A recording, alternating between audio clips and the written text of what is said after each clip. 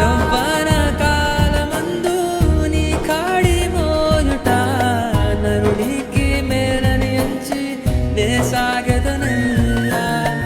యవ్వన కాలమందు నీ కాడి మోయుట నరునికి మేలని ఎంచి నే సాగెదనయ్యా.